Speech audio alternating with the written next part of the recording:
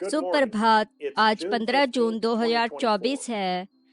पूरे शास्त्र में लोगों के मन में हमेशा उन लोगों के बारे में सवाल रहे हैं जिन्हें परमेश्वर ने युगों युगों से उनका मार्गदर्शन करने के लिए भेजा है।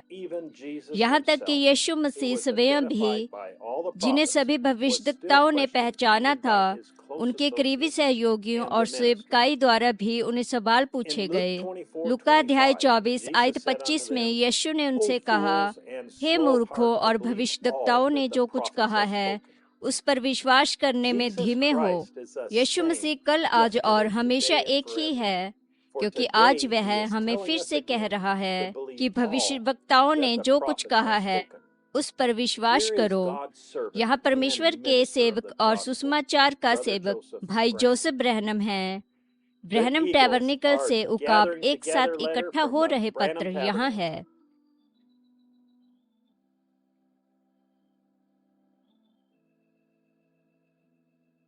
प्रिय श्रीमती यीशु मसीह, यदि हम हमारे जीवन में किसी भी चीज के बारे में सवाल पूछना चाहते हैं तो उसका एक सच्चा जवाब होना चाहिए। कुछ ऐसा जवाब जो हो सकता है कि उसके आसपास हो, लेकिन हर सवाल का एक सच्चा सीधा जवाब होना है। इसलिए हमारे जीवन में आने वाले हर एक सवाल का एक सच्चा सही जवाब होना चाहिए। यदि हमारे पास बाइबल से कोई सवाल है तो उसका बाइबल से जवाब होना है। हम नहीं चाहते कि यह जवाब मनुष्यों के किसी झुंड से आए, कोई एक फला संगति से या किसी शिक्षक से या किसी संप्रदाय से आए। हम चाहते हैं कि यह सीधे वचनों में से आए। हमें जानना अवश्य है उसकी आराधना करने के लिए परमेश्वर का सच्चा और सही स्थान क्या है। परमेश्वर ने चुना कि वो मनुष्य से भेंट करे जो किसी कलीसिया में नहीं था, ना किसी संप्रदाय में था, ना किसी संस्था में, लेकिन मसीह में था। यही वो एकमात्र स्थान है जहाँ परमेश्वर मनुष्य से भेंट करेगा और वह परमेश्वर की आराधना कर सकता है जो मसीह में है। यही वो एकमात्र स्थान है। कोई फर्क नहीं पड़ता आप मेथोडिस्ट हो, बैप्टिस्ट हो, कैथोलिक हो, प्रोटेस्टेंट हो, जो कोई भी आप हो, केवल एक ही स्थान है जहाँ पर आप सही तरह से परमेश्वर की आराधना कर सकते हैं, जो मसीह में है। परमेश्वर की आराधना करने के लिए एकमात्र सही और चुना हुआ स्थान यीशु मसीह है। यही उसका एकमात्र प्रदान किया गया मार्ग है। बाइबल ने मलाकी 4 में हमें एक उकाब की प्रतिज्ञा की है, एक प्रकाश स्तंभ जिसका हमें अनुसरण करना है। वो गुमराह होती कलीसिया को दिखाएगा कि वह इब्रानियों अध्याय 13 आयत 8 है। यीशु मसीह कल, आज और युगनों युग एक सा है। हमें लूका अध्याय 17 आयत 30 में यह भी प्रतिज्ञा की गई कि मनुष्य का पुत्र उकाब अपनी दुल्हन के लिए अपने आप को प्रकट करेगा। प्रकाशित वाक्य अध्याय 4 आयत 7 में यह हमें बताता है कि 4 पशु थे, जिनमें से पहला एक सिंह था, अगला पशु एक बैल था, फिर अगला आने वाला एक मनुष्य था। मनुष्य सुधारक थे, मनुष्य की शिक्षा, धर्म ज्ञान और आदि आदि। लेकिन बाइबल ने कहा कि संध्या के समय आने वाला अंतिम पशु एक उड़ता हुआ उकाब था। परमेश्वर अपने अंतिम समय की दुल्हन के लिए एक उकाब को प्रदान करेगा जो स्वयं मनुष्य का पुत्र है, जो स्वयं को देह में प्रकट करता है ताकि अपनी दुल्हन का नेतृत्व करे। बाइबल यह भी बताती है कि पुराने नियम में सारी पुरानी बातें ये आने वाली चीजों की छाया थीं। जैसे जैसे वह छाया नजदीक होती जाती है, नेगेटिव या वो छाया वास्तविकता में समा जाती है, उस समय जो बात घटित हुई वह आज जगह लेने वाली बातों की छाया है। पहला शमूएल 8 में पुराने नियम हमें बताता है कि परमेश्वर ने लोगों का नेतृत्व करने के लिए शमूएल भविष्यवक्ता को प्रदान किया था। लोगों ने उसके पास जाकर और उससे कहा कि उन्हें एक राजा चाहिए। शमूएल इतना निराश हो गया था कि उसका हृदय लगभग टूट गया। परमेश्वर अपने लोगों का इस पवित्र वचन के प्रमाणित भविष्यवक्ता के जरिए से नेतृत्व कर रहा था और उसे ऐसा महसूस हुआ कि उसे अस्वीकार कर दिया था। उसने लोगों को एकत्र किया और उनसे विनती की कि वे उस परमेश्वर से मुंह न मोड़ें जिसने उन्हें बच्चों की तरह संभाला था और उन्हें फलने फूलने को लगाया और उन्हें आशीषित किया, लेकिन वे हठी बन रहे। उन्होंने शमूएल से कहा, तुम अपने नेतृत्व करने में कभी गलत नहीं रहे हो, तुम अपने धन संबंधी लेन देन में कभी बेईमान नहीं रहे हो, तुमने अपना सर्वश्रेष्ठ प्रयास किया कि ताकि हमें प्रभु के वचन की रेखा में बनाए रखो। हम अद्भुत कामों की, बुद्धिमत्ता की, परमेश्वर के प्रबंध और सुरक्षा की सराहना करते हैं। हम इसमें विश्वास करते हैं, हम इसे पसंद करते हैं और इसके अतिरिक्त बिना इसके नहीं रहना चाहेंगे।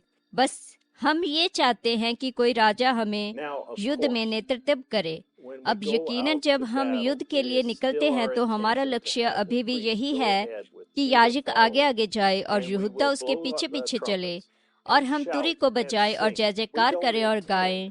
हम इनमें से किसी को भी रोकने का इरादा नहीं रखते, लेकिन हम एक ऐसा राजा चाहते हैं जो हम में से एक हो कि हमारा नेतृत्व करे। यह उस दिन के संप्रदाय के लोग नहीं थे, यह असल में वे लोग थे जिन्होंने दावा किया था कि वह परमेश्वर का सच्चा भविष्यवक्ता था, जिसे परमेश्वर ने उनका नेतृत्व करने के लिए चुना था। हाँ, तुम एक भविष्यवक्ता हो। हम संदेश पर विश्वास करते हैं।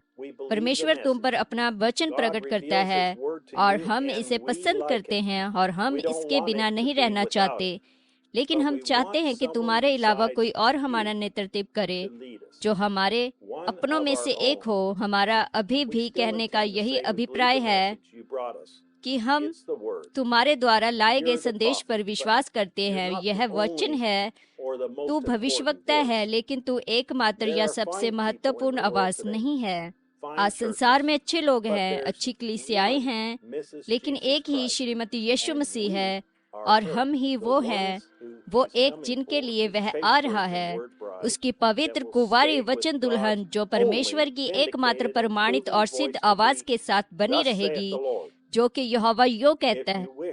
यदि आप इस रविवार को दोपहर 12 बजे जेफरसन विलेज समय पर हमारे साथ जुड़ना चाहते हैं, तो हम तब भी संसार भर में फोन के जरिए से प्रसारण को सुन रहे होंगे।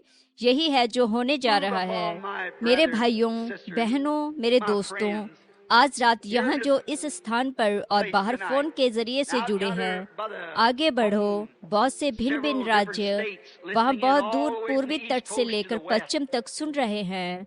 मैं प्रार्थना करता हूँ प्रिय परमेश्वर, वहाँ बहुत दूर उस और ट्यूसान में, कैलिफोर्निया में, ऊपर नोवादा और इडाहो में, वहाँ दूर पूर्व की ओर और आसपास टेक्सास में, जब इस निमंत्रण को दिया जाता है तो लोग छोटी छोटी कलीसियाओं, पेट्रोल भरने के स्थान में, घरों में बैठकर सुनते हैं।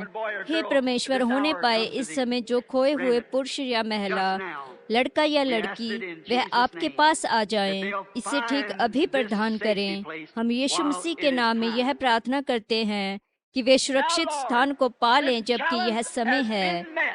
अब प्रभु, उस चुनौती का सामना किया जा चुका है कि शैतान, वह बड़ा धोखेबाज, उससे परमेश्वर की संतान को पकड़ के रखने का कोई अधिकार नहीं है।